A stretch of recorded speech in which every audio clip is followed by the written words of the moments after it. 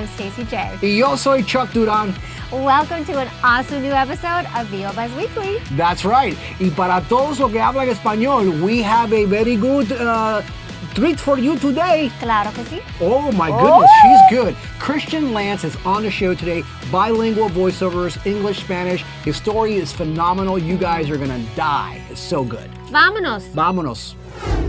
You guys, our guest is a bilingual voice actor and on-camera talent who you hear and see all the time in the General and Hispanic markets. He does promos, commercials, trailers, video games, animation, and live announce. His story is amazing. We have so much to talk about, so we are going to get buzzed with the super suave and super talented Christian Lanz. Yeah, Christian Lanz. Thank you so much for having me. We're so happy. Es un placer estar aquí. Oh, absolutely. So man. happy you're here. Pleasure to see you here again. Absolutely. And it's so cool, man, because I tell people all the time that you guys, you're busy. Yes, Yes. absolutely. It's you know, especially for colleagues of mine and myself included, who do this sort of bilingual and cross-cultural, cross-market voiceover, because the Hispanic market right now is tremendous. It's huge. Yeah, you were saying that exactly. You know, we're talking about by the year 2030, it's something like 56 million Hispanics are going to be living in the U.S.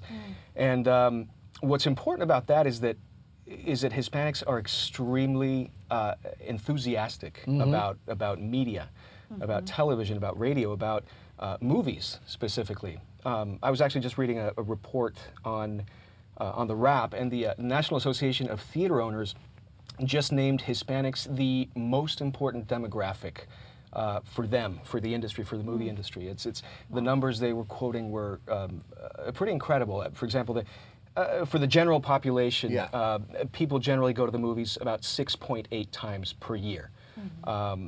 For Hispanics, that number jumps up to Every week. No, yeah, right, every week. They go every week. 6 times a week. No, it jumps up to 8.7 per year on average. It doesn't mean they leave 7/10 of the way into the movie. It just means on average. Right. That would be a weird statistic. But where it gets really interesting is that when you talk about Hispanics that also watch Spanish language media, we're talking Telemundo, Univision, etc., that number jumps to 9.5. So the number one demographic of people that see movies, that actually go to the movie theaters and put paying butts in movie theater seats are Hispanics that watch Spanish language media. So what does this mean? Where do we need to be focusing our efforts to promote movies and to promote the film industry? Hispanic media. Absolutely. It's a tremendous market, and movie studios are realizing this now. They've been realizing this for years now, and we've been pushing hard into that side of things. And you know, I remember maybe 5 years ago, 6 years ago, everybody was saying the movie industry's dead. Yeah. It's done. It's gone. The home theaters have killed it. This morning, I just saw a headline. Universal Studios just broke the international box office record of all time. Wow. Incredible. I mean, movie industry's thriving. Yeah. Is it because we're marketing to Hispanics? Maybe not. Yeah. Is it hurting? No. No. Yeah. No. So I think people are realizing this, and it's a tremendous market, not just in the movie industry, but commercially, promos. We're marketing cross-cultural TV shows. You know, you see English language soaps being produced by Hispanic production companies, and vice versa. Yeah. The crossover market is where it's at right now. It's being called the new general market. Yeah. Pretty much. And the great news about all of this is that you do all of the work. Correct. Like, it's just you, and that's it. Well, That's it. You're the guy. He does it all. Yeah. So they don't hire anybody else. We'd go like with to that. introduce you to the Hispanic Let's go. market. Yes, Christian This Lanz. is the Yes, there's no one else out there at all. He even does female voices. Yes, of course. No, it's there are quite a few of us that do it, and it's a tremendous opportunity for anybody who is bicultural and bilingual. It's a fantastic tool to have. I tell people who have children who, sometimes they are in a bicultural or a household, and one of them speaks Spanish and one of them doesn't. Teach it to your kids. It's such a great tool. Oh, and they learn it You so have to fast nowadays. when You you're have to. little. You have to. Yeah. It's a tremendous tool. Yeah. Cultivate it if you have it. Yeah. Make sure that you don't lose it. Yeah. It's So, the way. so let me ask you this, man, because you're. I mean, obviously you're a super busy guy, and that's fantastic and all that. But I would like to know why somebody like you. Now I know that we asked you to come be on the show, but in your mind, why do you want to be here at a show talking to all those people from around the world? What makes you want to give that time? I think the most important thing for me is I never thought I would be here, and not in a sense of having the privilege and the opportunity to be with you guys. I didn't think I'd be in this industry to begin with. I came from a completely different world. I moved to the U.S. And became a citizen I became a citizen back in 2003. I moved to Los Angeles in 2004 to live here permanently. Yeah. I was an architect. I was working as an architect. I was not an actor in the least. I was not in voiceover. I was not on camera. I was an architect. That's all I did. Yeah. And it was always, the entertainment industry was always something that was a passion of mine. Yeah. But I never thought I had the talent for it. I never thought I would have the opportunities to be involved in it. Yeah. And clearly that was not true. and it's something that I kind of discovered along the way, and I fell into it, and I worked, my butt off, and it was a struggle, but it worked out. Yeah. But my point is that if ever there's anything that you're passionate about and you're interested in, and you just think, oh, but that could never happen to me. You're here to bring... It's not true. It's not true. He's here to disprove that. I am here to call you a liar. You can chase your dreams. No, that's fantastic, man. Yeah. So, Señor Lanz. Sí, señor. Por favor. Dígame, licenciado. Can you share with us, man, take us back to the beginning, okay, in Mexico and how you found your way into the United States and all that good stuff. Take us back. And how you got into voiceover as well. Yes, I was born in a small village. Talking like this. Yes, talking like this, and I had a long flowing beard, and my best friend was a donkey. No, it's not true. I was born in Mexico City. My father's from Guadalajara. My mother's from Chile, so we are actually fully Hispanic, South American and Mexican. I was born in Mexico City. We actually lived there through kind of my early childhood. And right around the age when I started kindergarten, my family moved to the U.S., to Los Angeles specifically. And I was very young. My parents spoke English to varying degrees. My mother a little more so than my father. My father learned to speak English very late in life. He was in his 30s. So he kind of struggled with it. Yeah. And he has to this day struggles with some of the phonetics and concepts of it, but has a tremendous vocabulary, and he's an extraordinarily intelligent man when he communicates in English, but it was a struggle. Sure. So during that time, I think partially because of that, I think for children of immigrants, you kind of psychologically, even if it's not necessarily conscious, I think you take on sort of the role of a spokesman for your family, because you realize that something kind of is amiss. You realize my parents don't sound like everybody else. Sometimes they may have trouble communicating. So for me, not speaking any English and growing up and going to school, I sort of had to hit the ground running and learn English very, very quickly. The way I did that was through television. And you learned English through television? Through television, watching cartoons, listening to the voice actors, listening to the commercial announcers, radio announcers. That's how I thought everybody spoke. So you talk like so this I talk a lot. like this. Excuse me, teacher, may I go to the restroom, please? So it was, without even knowing it, without even realizing it. Now, don't you wish you had learned English in the real conversational Yes, the phase? conversational. Had I known that today we would be doing the real conversational or the disaffected mumblecore, I would have liked to learn that. No, but yes, truly, when I learned English, I was paying attention to television and to radio more so than any other child of my age, because I was watching it differently. I wasn't just being entertained. Right. I was learning, and I was soaking it in. So I think that was kind of the root of where this whole journey started, I think, because without even realizing it, without even being conscious of it, I was training for it. I was getting I was honing my ear for that cadence, that tone, that delivery. And so that's that's how I learned to speak English. And I think that's how it all started. But then my life went in a different direction. I lived here from the age until I was from the age of kind of the kindergarten age through high school. I graduated high school here, and then I, as we all do, kind of went through that transition period of like discovering who you are, and I kind of was like, well, I'm obviously Hispanic. Am I, what? It was kind of like, where do I belong, sort of thing. Right. So I actually moved back to Mexico City. First I traveled South America, and I went to Chile and Argentina and Costa Rica, and then I ended up in Mexico City again. And I went to college there, and I lived there for another 10 years. Went to college, went to architecture school, worked as an architect there.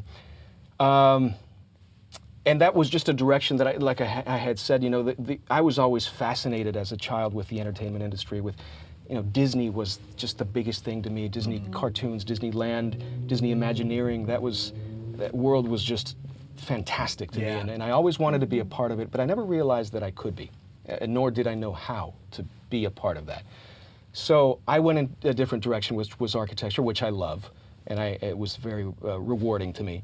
But that's just the direction I went into. So at some point, I decided to come back to the U.S., and I did that in 2004. And I came back here with a firm, and I was working with an architecture firm.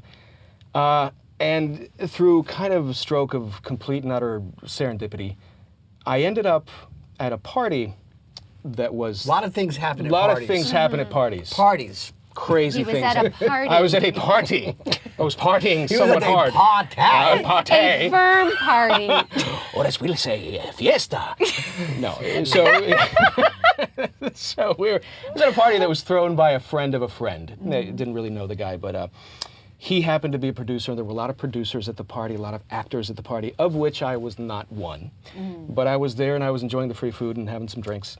And I met a commercial director who was at the party, who assumed that I was an actor because I was there. Look at that face. And look at that face. This guy is an actor.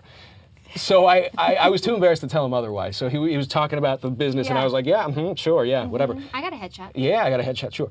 And so he said, hey, we're doing a casting next week for this commercial. Would you like to come, and you should audition for it? Again, I was too embarrassed to say, you've been talking to an architect for the past 45 minutes. So I said, yeah, sure, man, give me a call. I'd love to build your house, but right. yeah. Anyway, we exchanged contact information, but I never thought anything would come from it.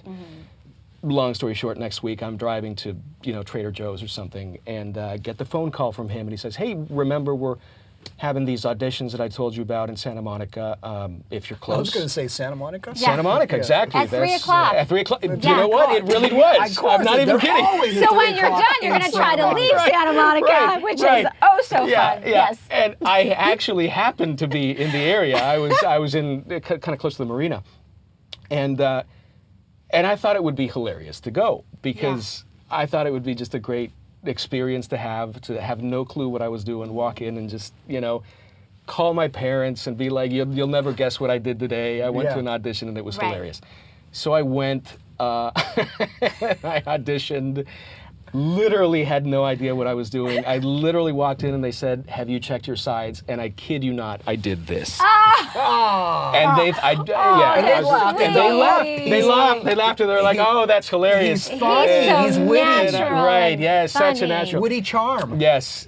So I went in and I auditioned for this, and I was acting, it was on camera, and I was acting with this talking parrot who every time I would deliver a line would try to rip my nose off my face.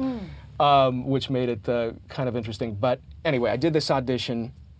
I thought I stunk up the room, but it was like, that was hilarious. Left, forgot about it, told my friends about it. Everybody had a good laugh. And then lo and behold, like 3 days later, I get a call from, and isn't it always the way it happens? It's never like the producer. Right. I get a call from wardrobe, and I didn't know it was wardrobe. Oh my I get a call from this random lady asking me, hey, do you own any cargo shorts? And I'm like, I'm wearing them now. Like Jake from State Farm. So good. Khakis. My God, that's a personal question. That's a personal lady. question. Who are you and What why are do you you know? wearing? But yes, I'm wearing them now. So that was it. So I learned very quickly that I had booked this. It was crazy. Of course you did. And I went to this shoot and just made a million mistakes, but it was the most fun I had in years, and it just felt so natural, and it felt so great. Yeah. And it was like, I had no idea I could do this.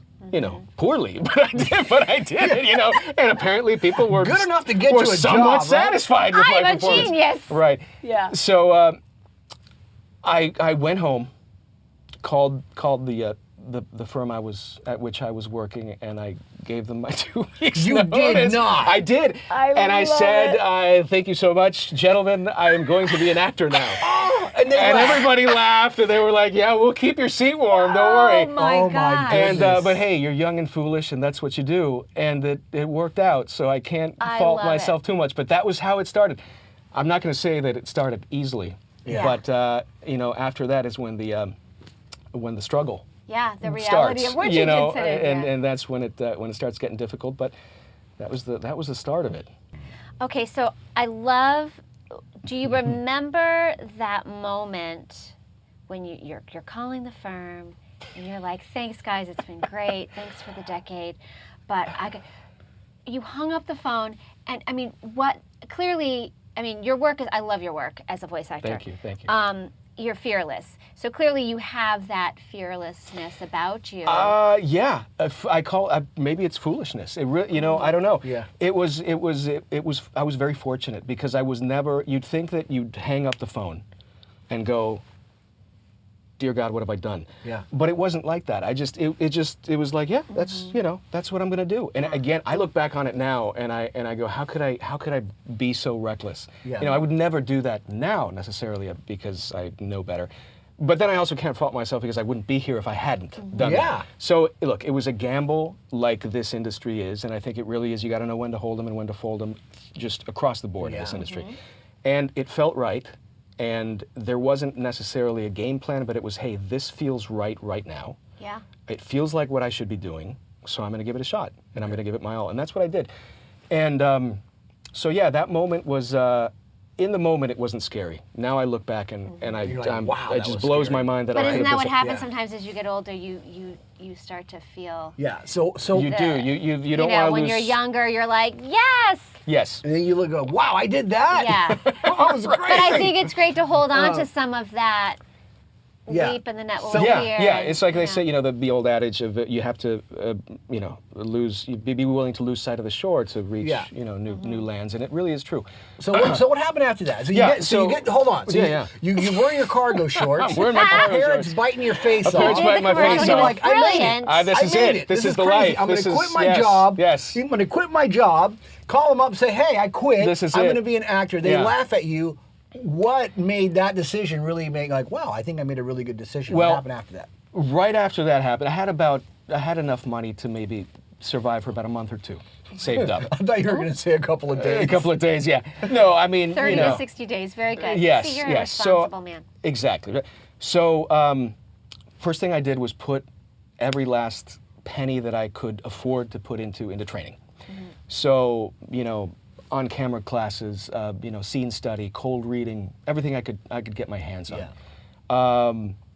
And that was really anytime I made any money back, or anytime I you know could get my hands on any sort of disposable income, that was the first place it went. And I didn't go to parties, I didn't go to clubs, I didn't do anything for probably a year and a half. That's all I spent money on, that and trying to pay rent, which eventually ran out.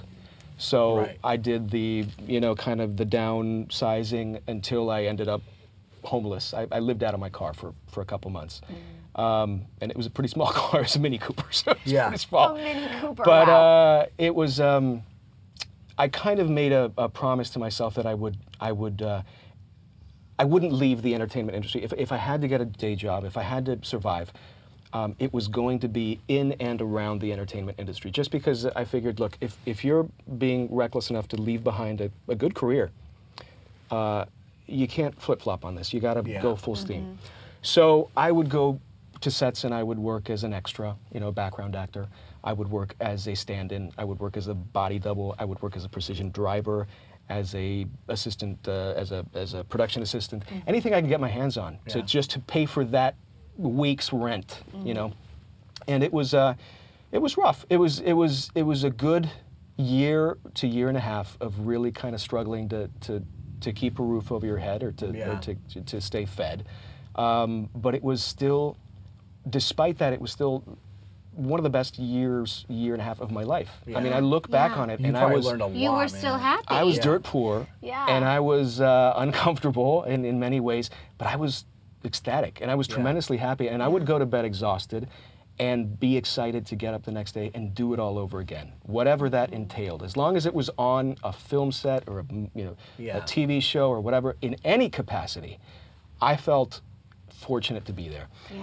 And that's how I started making connections and starting relationships in this business that ended up helping me later on in my career. Yeah. It's how I, got the first audition for a union commercial that I booked that got me my SAG card. It was how I started. Well, I'm getting ahead of myself, but that's how I started on camera. Yeah. Kind of struggling through those ranks and then getting into the commercial world. I started to realize that the bilingual aspect was a huge asset, because suddenly I'd meet casting directors who would be casting for a commercial, which nowadays most national commercials especially, are shot twice. They're shot for the general market and they're shot for the Hispanic market. So when you get somebody who can do both roles, it saves them a ton of time and money on casting. They only have to do one shoot. Literally, you stay in the same mark and you do it once in English, then you do it once in Spanish, then they change the mark and they turn the cameras around and you do it again. You don't have to have the two actors. You don't have, it just makes everything more streamlined. Yeah. So I started noticing that got me a lot of work in the on-camera commercial world. It got me a lot of opportunities to be in that world.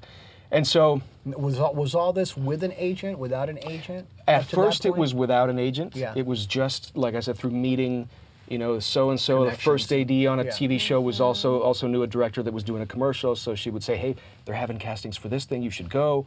That's how it started. After and sometimes that... when you're an extra, they upgrade you to, It does happen, sometimes yeah. It does happen. Yeah, I don't know that, I was upgraded a few times. I was up, but you shouldn't rely on that. A lot of people think that, I'm going to be an extra and then somebody's going to discover me and I'll break out. The guest star. Right, exactly. I don't know. I'm going to be the next Flo. No, Right, exactly. I don't think it happens as much as it used to. I remember it used to happen more, when you'd say, oh yeah, I'm willing to be an extra, because there was always, Absolutely. for certain kinds of products, you're like, oh, there's a good shot I And a might lot of get. people, I got to tell you, a lot of people really rag on extra work and they're like, oh, it's just so beneath me, it's so terrible.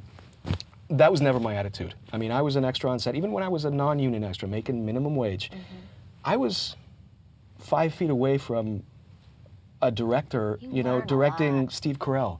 Yeah. I would be next to, like 5 feet away is like Steve Carell doing improv with Anne Hathaway. Yeah. I worked on learn Get from Smart that as an stuff. extra for Yeah, like a month and a half. you can learn so much without the pressure. You get to just And I'm sitting here soak and it I'm up. watching this and it's like a master class. And not only am I not paying for it, like I got free food and they're paying me a little bit and I I'm got sitting here groceries. watching. You're Right, like, exactly. Yeah. But if you had to pay for that class, Oh we're my talking about gosh, are you hundreds of kidding dollars, me? Yeah, man. just to be, For just sure. that privilege to For be sure. next to that happening. Yeah. So to me, it was always a blessing. Any capacity to be on set was always terrific. So that's how it started. That's how I got into on-camera commercials. And then from there, I migrated into voiceover, also sort of, at first by serendipitous accident. I was doing an on-camera commercial campaign for Home Depot, and we had done several on-camera spots as kind of a spokesman. The producers that were producing those spots approached me and said, "Would you like to do our radio ads as our voiceover announcer?" Again, I had never done it, but it sounded like something that I wanted to try. So Yes, yes, I do. Yes, yes, I do. Absolutely. voiceover. See? Yeah. So That's a good word to know. Sí, If you don't- that's the first word you should learn in Spanish, by the way, is sí. Sí. Claro que sí. All right. So you're now a radio announcer for Home Depot. Yes. So after this commercial this on-camera campaign had been underway for a while, and they approached me and they said, "Would you like to do the radio spots for us too?" I said, "I would certainly like to try." So I started doing those, and I went to my first ever voiceover session, and that is the moment I think that I most clearly remember from my career as being the biggest turning point ever in my life. Wow. And not just career-wise, but just in general. Because you know, I went into the booth. I'd never done it before. I'd never taken a class before. I'd never trained for voiceover because all my training was on camera. I had the script, and I started to do the first take. And it was like, you know, the ray of light comes down and the chorus sings. And it was it was an incredible feeling because in the moment I felt like, oh my gosh, you found it. This is what I want to do for the rest of my life. This is it. And everything else had been great up until then, but this was just a revelation. And I remember being just having this incredible high throughout the whole session, where I should have been terrified because I'd never done it before, and I made, I'm sure, many mistakes. And I listened back to those spots now, years later, and I cringe because they sound terrible to me. I don't even know how they hired me, but back then it just felt natural, and that was it. That was the turning point where I left that session immediately. Thinking to myself, I got to take voiceover classes. I got to take voiceover classes. I gotta train for this. I gotta practice. I gotta listen to this, and I got to this on TV and learn everything I can about this. Get myself an agent, and this is it. This is what I want to do. And that was it. That was the start of my voiceover career. And for a while, I did both on camera and voiceover. And then back in 2000, I want to say 2008-ish. When you were 16? When I was, yes, of course. That is, when I you was, had your quinceañera? I did. I had a nice frilly dress, and it was beautiful. I felt pretty. I'm a terrible person. Just ignore me.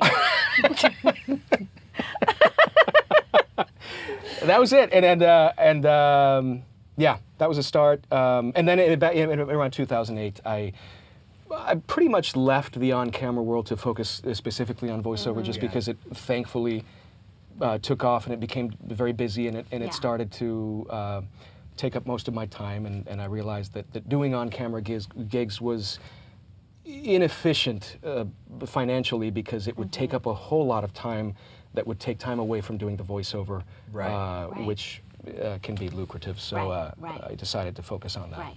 So let's go back in time. You're this little boy. You're watching cartoons to help you learn English and be the spokesperson for your family. You book the gig years and years later, working with the magnificent Frank Welker on Scooby Doo. Yes. What was that like for you? That's walking into that room. That has been my favorite. I mean, it makes me teary just to think about it for you. That's been my favorite career moment to date. Really? Like I said, as you know, I learned English watching cartoons as a little kid. And back then, my favorite cartoon was Scooby Doo, the original.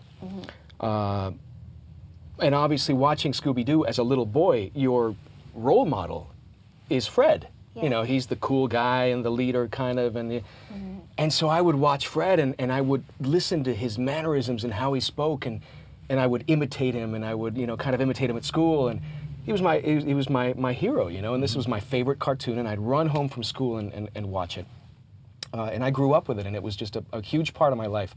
So cut to 30 years later, and I've booked this kind of recurring arc on the new Scooby Doo Mystery Incorporated. And I get to my first session, I sit down at the mic, and it's already feeling pretty surreal. It's like, wow, this is the show that I grew up on. And of course, who walks in but Frank Welker? Wow. The amazing Frank Welker. Did you freak out? Oh my gosh, are you kidding me? I see him, and it's just like, and here he is in his, 60s and still voicing Fred, and he sounds exactly the same. I know, and he's amazing. And he sits down and kind of settles in on the mic next to me, and I'm just sort of, trembling, and I just can't believe I'm there. And we get to talking, and hi, how are you? And just the nicest man in the world. And of course, he asks about, who I am, and we started talking about my origins and the fact that I'm from Mexico City and the fact that I'm an immigrant and the fact that, because I was voicing kind of a Hispanic character. So of course he turns to me and asks me, well, how did you learn to speak English so well? Oh, gosh. And I just smiled and I said, actually, Frank, you taught me. Oh my God. And it was one of those moments where he must have loved that. Yeah, and it was such a great moment because it was like, is one of those moments where you feel like you're in exactly the right place. Exactly. You know what I mean? It's like Yeah, everything yeah. comes Everything around comes full around. circle. Yeah. To that little, To that yeah. moment in your life, and you just suddenly you go, it like reverts back to you as like a 6-year-old Yeah. watching this cartoon, and suddenly it's like, wow, I'm Crazy, home. right? You know what I mean? now. It's Talk about crazy. planting a seed. Oh right? my gosh, yeah, it was tremendous. So, and I've worked with him several times since, and I'll see him and I'll teach him a little Spanish, and it's a great kind of relationship, and it was a great moment. It was just one of those things that I'll remember till the day I die. Yeah, that's really cool, man. Well, that's such a powerful statement on the entertainment business and the power it does have to influence. Tremendous. You know, and I'm sure now work that you're doing is influencing young children. I hope so. You know, the other day I was at a convention, and I had a Hispanic fan come up to me and shake my hand, and he wanted my autograph, and he said, you know what? I really wanted to have an autograph from you because, and this was at a Ninja Turtles, Teenage Mutant Ninja Turtles event, and he said, to my knowledge, he said, he said, I've been a fan, and we're not talking about a little kid. This was a guy in his, I don't know, 20s or 30s, but who had grown up with the cartoon, the original from the 80s, and all through its iterations. And he said, I'm a huge fan. I've been a huge fan my entire life. And he says, I'm Latino, and he said, to my knowledge, you play the first ever Latino character in the Teenage Mutant Ninja Turtles universe. And he said, and that's tremendous to me. That's huge to me. And it dawned on me, it's like, it's powerful. Yeah. It really is, because people have such an intimate relationship with the things that they admire, that they watch. Totally, man. And it was terrific. It felt so great to make a difference in that regard. So a little bit of what Frank did for me, I hope I was able to do for I have no doubt that you are. Well, I love Fish Face. Oh, thank you. I mean, I've known you for a while. You're such a lovely but I love you. You do such good villains, Christian. But see, I think you have to be sweet to play mean and smart to play dumb. So I think it makes sense. But it's funny because you're so bad. it's funny because I do book a lot of villains. I do book a lot of, and not just villains. It's always like the really kind of seedy bad villains. And it's always funny because I'll start a new project and I'll have lunch with my parents or something, and my mom will be like, what are you working on? Oh, I'm working on this new show for Nickelodeon or Disney or whatever. And I've got, oh yeah, it's one of the lead roles. Or, oh, cool. Are you a prince? Are you a this? Are you? It's like, no, I'm a villain. And immediately you see her face go, oh. Oh, but that's good. That's good. No, I'm proud of you. I'm still proud of you. You know what I mean? I'm a sweet villain. So, what are you gonna do? That's good. You leave it all in the booth, though. It's and you so come much out fun, like though. you're a prince in real life. Exactly. There you go. Hey, why not? See? Yeah, I do play suave villains, so that's okay. So, Christian, you do a lot of promos and commercials. I do. Right? As well as the animation villain stuff, of Yes. course. But how do you, what is it, when something comes in and it says non-announcer, real guy, conversational, how do you interpret that? Both in Spanish or in English? And is there a different meaning? There certainly is. As a matter of fact, Hispanic media tends to be slightly bigger, slightly larger than general market. It's changing, and it's evolving, certainly. But regardless, I think just because of the fact that we tend to be more animated, speak with our hands, and we tend to be a little bit louder, and I think that there is a little bit of that element still in there. So especially when I do bilingual campaigns where I'll do, maybe right after another, I'll do the English spot, and then right after that I go into the Spanish. I know that it's maybe 2 notches above what the English is. Not always, and sometimes the producers will tell you, no, we're going to match the general market exactly, and that's great. But default is a little bit bigger for Spanish. Again, it's like I said, it's changing, and it depends on each producer. But you have to be aware of that to have that starting place. Where it's like, I'm going to start here, and then let me know if you want to go up or down. But So what's certainly. your starting place for a commercial in English of that real conversational guy? I think what that is, and you know, it's been talked about a million times, I'm sure, but conversational, I think, conversational is a misnomer. It really is, because a conversation implies reciprocity, and it implies that not only am I speaking to you, but I'm receiving information from you as well, and adjusting and changing the information that I convey back to you. So it's not really conversational, but what it is it's approachable, it's friendly. It doesn't sound like you're reading. It doesn't sound like you're reading, and I think the most important word here that I can use is it's confident, because, and by confident I mean that the information that you're conveying to the viewer, you have to believe it. It's believable. You have to believe that it's true, or at the very least, you have to get yourself into a place where it comes across as you believing that it's true. And that's where the confidence comes in. It's not about being bombastic or being in your face or big selling. It's just processing the information to the point where you believe what you're saying, and having the utmost confidence in sharing that information with the viewer. Yeah. That's what I think conversational really means. And it varies, you know, commercial conversational is different from promo conversation. I've had promo producers say use the term, this is promo conversational. Promo conversational is different than commercial conversational for the most part.